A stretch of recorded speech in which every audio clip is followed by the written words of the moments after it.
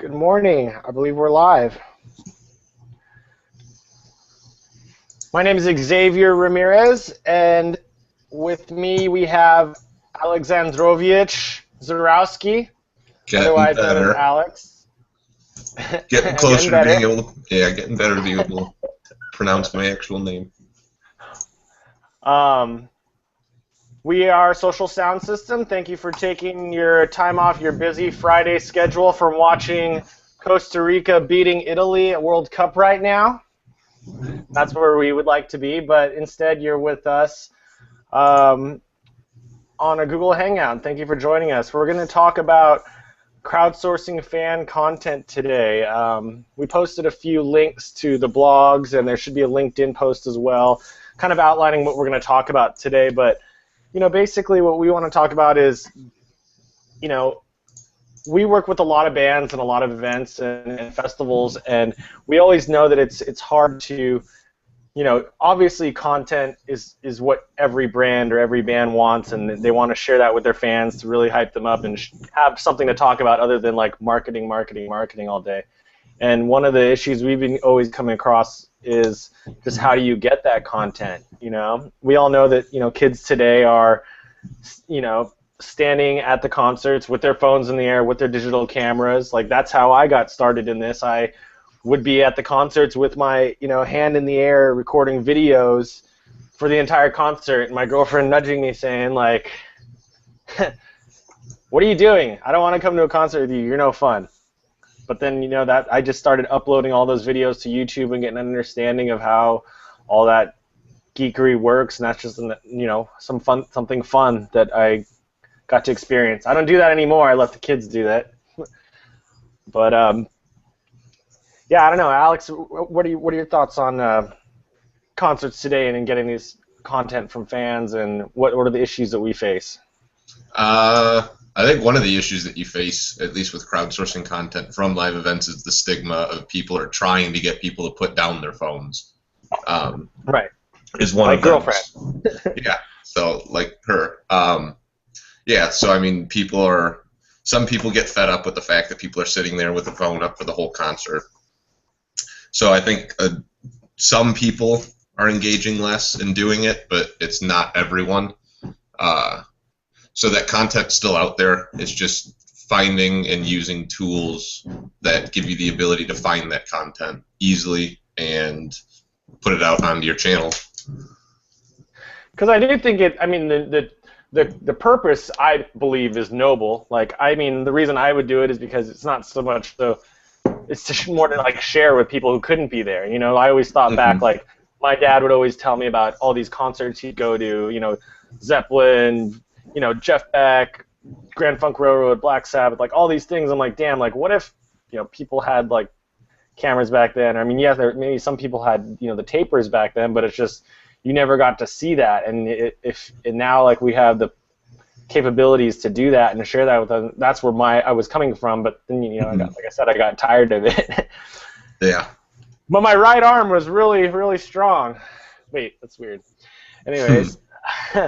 But so some of the issues that we have to face is when our bands play shows is, for the longest time, what you could technically do is go through you go hunting through all the Instagram hashtags or the Twitter hashtags, and you're hoping maybe they use the right one, and then you're going through there and you're clicking on favorite, like favorite, whatever you're doing. With YouTube, it depends on the fan actually going back and uploading those videos. They may have recorded the entire concert, but it's still just sitting on their phone or their camera, right? It's on a micro SD card somewhere in their college dorm room. Yeah. Yeah, and then if they do upload it, then they have to make sure it's tagged right, and then you have to go sort by YouTube or date, and it just kind of gets to be a pain in the ass, basically, right? Very much so. So it's pretty much just about trying to figure out ways to get users to push that information that they wouldn't normally push, which we will go over a bit later. Yeah. Why don't we go over the first one? What we have here is I'm going to share my screen here. If I were a desktop, I would be here. So What we've got here is failure to communicate. Some men. Oh, sorry. So, CrowdAlbum.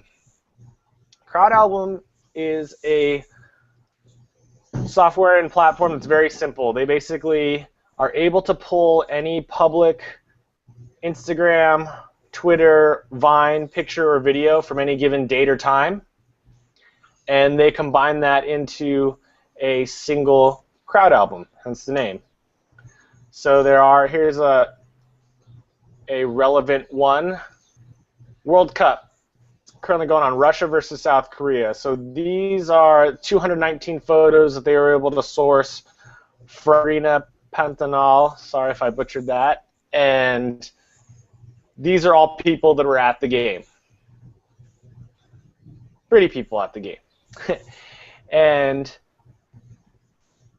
basically you could kind of see and get an idea of what that event is all about.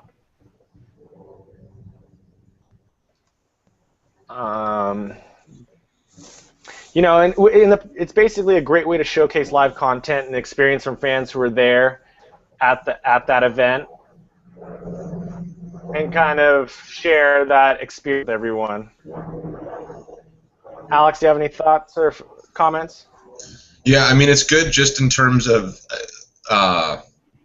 like if you need content from a previous, let's say you're on tour and you need content of your shows from a previous night, as opposed to having to go and search like we had explained. This is just an aggregator of as much content as it's able to pull in, which isn't always everything, but it does a pretty decent job based on using a combination of hashtags, handle tags, and geo-targeting. Yeah, I think it's like the geolocation, the date, and there's a time range. There is a limit of about 2 hours after an event before and then it won't work. And we have had fans say like, "Hey, well, how do I get my photos in there?" But it's just you can't add post event. It's basically only people who are technically there in the now sharing content to their pages. Yeah, which not everyone will do. Which somewhat, I mean, yes, it limits your content in terms of that you don't have as much, but obviously, I mean, we'll have a small concert and still have, 100-200 pictures to work with. Take those and we can bring them into Photoshop or something and make an art piece out of them. You can run competition. You can run competitions from it, essentially. It would have to be like a DIY competition. CrowdAlbum doesn't have a competition platform built into it. But you could do something like that at the show to promote users to actually be posting from the show and not when they come home or the next day, just so that you can have all of that content available to you. So, one thing that's really cool about it too is that, here's Macklemore's page. You could actually, if you get accepted, one thing is since they're in alpha, they're still there's a submission process and you have to get approved to be a part of the platform. But here's, Macklemore, he has all his concerts from, basically each one of these is a full CrowdAlbum of each band, each show that he's played recently. And he even goes so far as what's really cool with CrowdAlbum is that you could actually embed it on a page. So here's his tour dates page, and he embeds it at the bottom of the, it's a simple embed, but at least people can go and say like, oh, well, damn, let's look at these Las Vegas photos. I should probably get my tickets for this next Las Vegas show at Encore Beach Club. I can go through here and look and see all the photos and videos and kind of builds hype. And that's one thing that we really like to do is because we'll post every single one. So here's for one of our other bands, Iration. We'll post every single one of these CrowdAlbums to their Facebook page, to their Twitter page, to every single Google Plus, Tumblr, everywhere to really promote and get people out to the shows, because then people will see wow, those lights look amazing and those people look amazing. Why am I not there? I should definitely go to the next show in the area. So here was, let's see, last night, And what we were thinking is in this respect, they may not be in Myrtle Beach, but there's a ton of show dates coming up ahead of them that they could join and be a part in, and they could check and see when the next date is, you know? Alex, any thoughts there? I mean, not necessarily on that, but in CrowdAlbum in general. Just another nice feature that they have once you are into the platform is you can get analytics on your actual CrowdAlbum. So, for instance, like we had our client Ink and Iron who just had their festival 2 weekends ago, and so it's nice to be able to come back to a client and say, okay, here's all of the photos that we have, and then they'll give you reach, so we can go back to our client and say, okay, on social media just from that weekend. That being said, as we discussed previously, this only takes into account Twitter and Instagram, but we're able to go back to a client and say, okay, your user base was able to reach 4 million people, and it allows you to not quantify, but have some sort of an idea of value, or put a value behind your user base. Right. So for this particular festival, Jameson and Lagunitas were sponsors, and they were there as like event activation and, you know, in venue. And it's kind of nice to go back to your sponsors or partners or other people that are involved and say, okay, so for day one, Ink and Iron had, you know, 674 photos and 407 photographers, and all those people who took photos reached you know, like 1.5 million people on all their accounts, and that's on a Friday. And then you go Saturday, and Saturday it's okay. You have almost 1,000 photographers who were there, and they took 1,800 photos that reached 3.5 million people. You know, and it's kind of nice to say, like, and it helps get brands involved maybe for the future, or help, you know, see that there is value and there is something in this festival, and there are people that we want to reach there, and there are influencers that have people that we can hit, you know. Was that Fred Armisen up there? Was he at the festival? Yeah, did I not see him? I told you he was there. Oh. There, and who was it? They're like, Fred who? I'm like, the guy from Saturday Night Live and movies. Anyways, but yes, he was there. Darn. I think he was there with one of the bands. I think he was there with like the Damned or the Buzzcocks or something. Because I saw him backstage running around.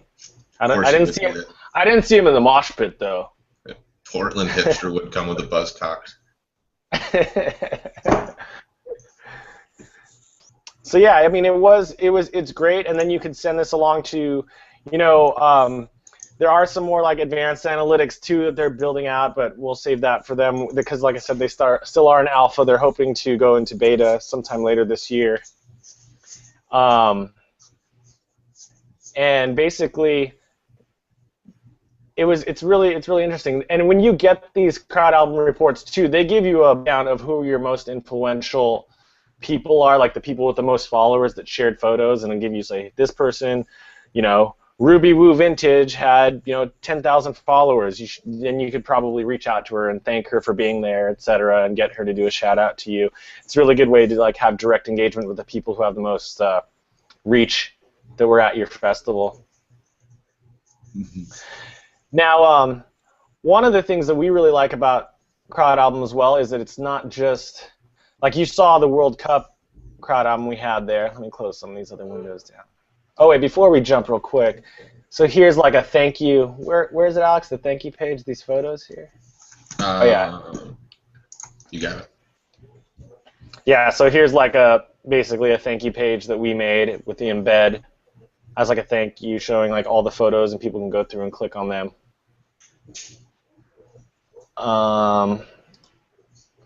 But one of the things that we find interesting is that, yes, music and events and concerts are really the cool, sexy way of looking at things, but there's also, we think there's huge social and cultural and news implications for CrowdAlbum. I mean, as you can see here, this is one for Ukraine protests, and obviously with all the social political stuff going on there, little NSFW stuff going on, but yeah, it's intense. Like, if you think the potential for good, and like, you know, I just see someone like Vice magazine like coming along and, you know, maybe buying access into this, or larger news organizations where they can get faster on the ground centralized content from a certain event. You know, here's the Venezuela protests that were a few weeks ago.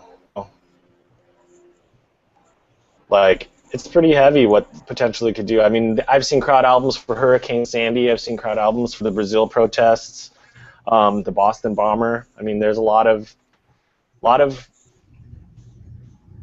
applications and opportunities there. Well, now, what are some of the cons, would you say, Alex?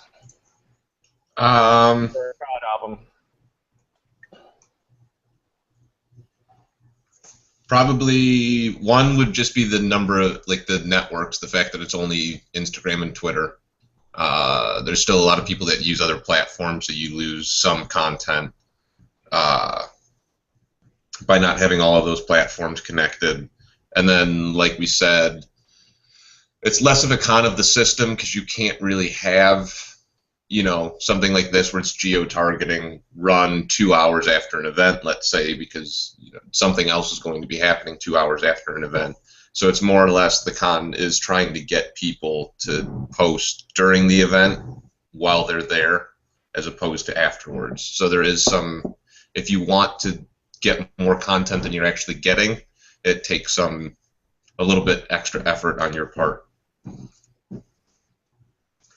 I think that kind of segues into what we want to talk about next. So that was one of our issues with the Ink and Iron Festival, is that obviously, yes, there were, let's see, you know, you had all these people sharing all this content, but, you know, you and I and Nate were there, and we were running around, and we took, you know, hundreds and hundreds of photos. Obviously, we don't post all those to our social networks because, you know, we just don't want to spam people with all that content, right? I mean, yeah, I have like hundreds of photos and videos on my phone, but there's not enough time or to post all those to Instagram, to Twitter, to wherever.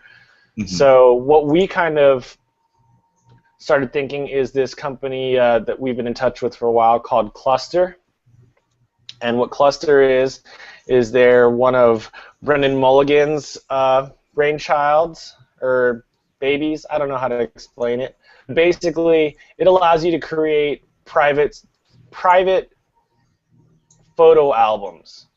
Photo and video albums, I think. And I think they've expanded now to do like notes. It's basically like trying, you know, the whole privacy issues that people are running into today is, you know, I don't want to upload all my photos to Facebook or Google, and then now there's all these face recognition software and all this, you know, crazy stuff, and then who owns those photos? And it's really an issue. So what we tried to do is we worked with Cluster to create a group cluster for the Ink and Iron Festival, and basically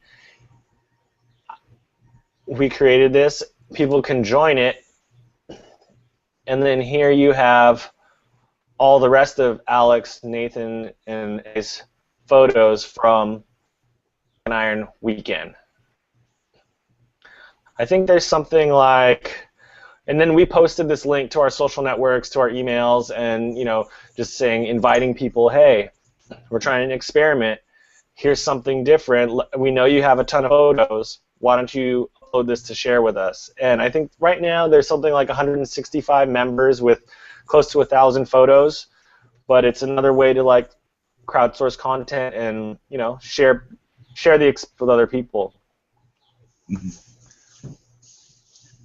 It's really cool. Like, yeah, there's a feed. You could sort through it by the time posted, you know, by the date and times to be newest. So these would be the. You could sort by the most liked photos. So then you filter the best to the top.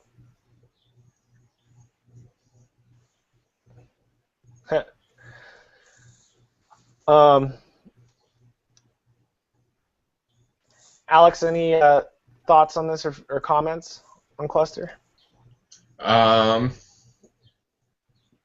one nice thing about it is the privacy aspect of it, where you're not necessarily posting it to your social media account. The pictures, yes, you do log in with Facebook, but it's not connecting to your Facebook. It's a separate upload process. So you still can, as you can see, some users have opted to not have their profile pictures. Right. And so you can still retain some amount of anonymity if you don't want those pictures necessarily tied to your name. Yeah. And it's also interesting. It could show you like who's got to see those photos, like as people are actually going through everything. Mm-hmm. I think you do get a notification. Like there's a mobile app for it. There's desktop, and basically you get notifications if new people join or invite other people, or if they're uploading new photos and content. You can come in and see what they're dragging and dropping in there, and it's pretty interesting. I mean, it was an experiment. We tried it, and we think it could be an easy way to, eventually down the way, like, because I think there is a way to download. Yeah, you can get a backup of all the photos and videos that are there. So that way you can get all that. Maybe you use it, I don't know, with the permission, or make a fan video, or I'm not really sure. We're still fleshing it out, but that was just kind of an experiment there. I even used it for my wedding. So it's like that. I think that's more of like cases of how people did it is, you can go, there are personal ways to do it. Like, it doesn't have to be all concerts and events. I think it's like just people trying to create personal private settings and personal private networks. And obviously we've seen lots of startups and companies pushing that way. Mm-hmm. So yeah, I guess the final one we'll have. Oops, shit. We didn't have the Q&A app open this whole time. Oh well. Sorry about that. Well, we'll open it. I'm opening up the Q&A portion now on the side here. So these will pop up in our Google Hangout here if you guys have questions. You should be able to submit now. Sorry. The final one we have is actually closed, but we really like them. They were called SwitchCam, and what they did was they basically, let me see, where is that freaking thing? Going back to the issue, or the fact that we know that all your fans are out there taking videos at your shows. And what SwitchCam basically did was invited your fans to upload those videos to a centralized event, and then as a band or a brand, what you could do is upload your official audio to that event. And their technology, what it would do is it would sync that footage together in a dashboard here, and basically you would have the different camera angles, as you could zoom in here. So you'd have the different camera angles that you could switch between, hence the SwitchCam, and basically fans could watch the entire song or set and click through everything. And they had a lot of big bands go through. Red Hot Chili Peppers, Bad Religion, Slightly Stoopid did one. We did several with one of our bands, Iration. What's that? Didn't Michael Franti do a fan-sourced music video through this too? Yeah, Michael Franti did one as well, where he had people playing his new song in the background and then performing and then doing it, or whatever it is they wanted to do on the video, creating fan content. Then they would upload that fan content. Michael Franti and team could put the actual official audio behind it, and SwitchCam software would sync up everything and do its thing, and fans could then watch. What was pretty cool too is that you could have, they would even have the option, you could pay for it, but they could export an entire XML file for Final Cut. It's XML? I don't know, I forget. But you could export an entire Final Cut file, and then you could take that in and you could edit it as an actual like video versus not just like these little SwitchCam options where people could switch between the different YouTube views, basically. We actually ended up doing some of the basic versions of those with Iration. where here's one where we actually had to set up a few GoPro cameras on stage.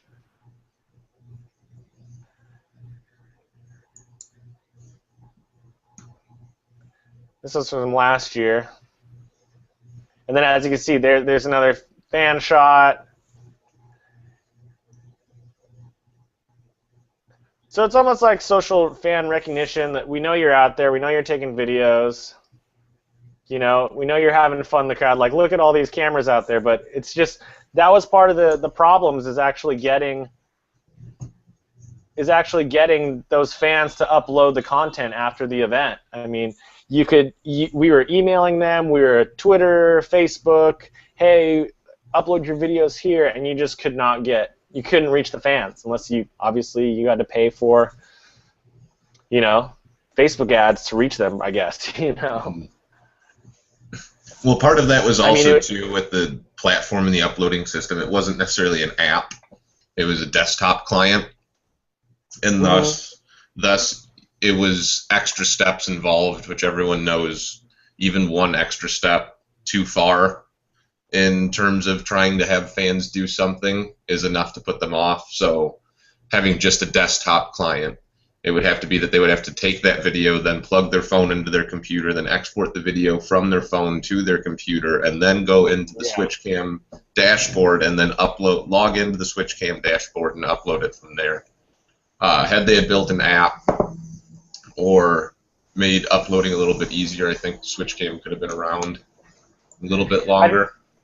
I think at the end they also did have a mobile app here, but I think that's the same issue though. Is like you're limited for uploads, right? I mean, like you can't upload a 5-minute video through 3 or 4G. Yeah. So you have to either export it or be on Wi-Fi and have it sit on Wi-Fi. I think and if you could even get the fans to download the video in the first place, you know.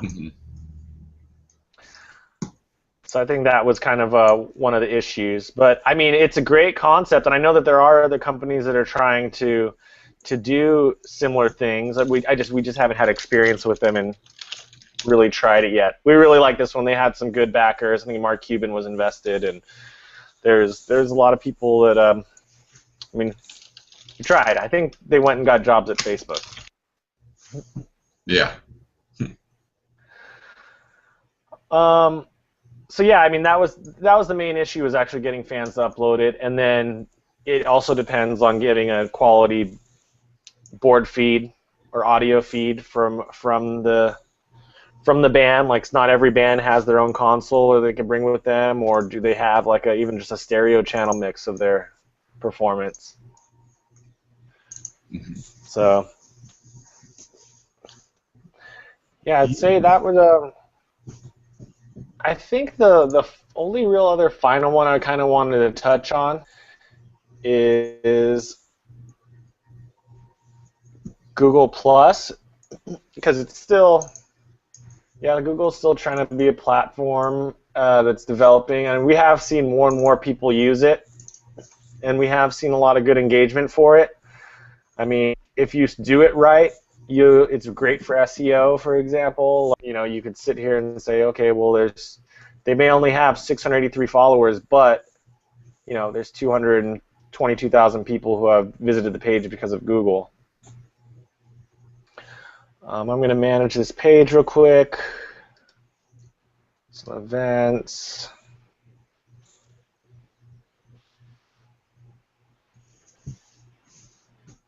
So let's see here. Events.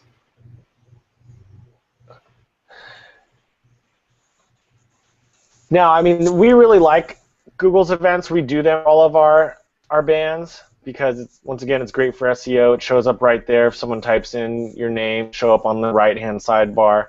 But they do have the ability to, you know, for people to contribute photos. Like, so here's like the event photos here, and if, you know, this is a show on Monday, if anyone that's on Google Plus technically could go in and add all their photos from that show. I mean, we've seen it. We get notifications from emails, and it's usually just a few people, but it's better than nothing, and it's growing. So Alex, any thoughts there? I like Google Plus. I like Google Plus too. Yeah, no, it's just hard getting people on there for reasons we won't get into because I'll just bash Google Plus for everything I don't like about it for the next half hour. I mean, it definitely has its functionality on our end, but in terms of the actual user interface, not a huge fan, and a lot of people aren't, which is why Google Plus hasn't been as big. But that doesn't mean it's not necessarily a good place to, at bare minimum, post content, if not sourcing it from there. Because, like we had mentioned, it's good for SEO. A little snippet of code in your website, and it makes your Google Plus page show up in the. If someone types in Iration, for instance, the Google Plus page will show up in the very top right column of the Google search, which is why we have that amount of followers. We're talking. So there you go. I'm going to Google Iration right now, and here's all their stuff here. Followers. People are clicking right through from here. Here's all their events. They have a deal with bands in town as well. So if you do it properly, all your events will show up here on the side. Here's your recent posts. So it's there's a lot of, I mean, obviously Google's going to promote Google's products, and there's a lot of SEO in it. I would say too, like, just I'm going to go fanboy here, but Lana Del Rey, like they run it very well on Google Plus. I mean, obviously she does have a lot of engagement. She's a huge brand, but I mean, there is a lot of engagement here. There are a lot of content, a lot of reshares. So I don't know. We'll leave it at that. We're not going to go into fan.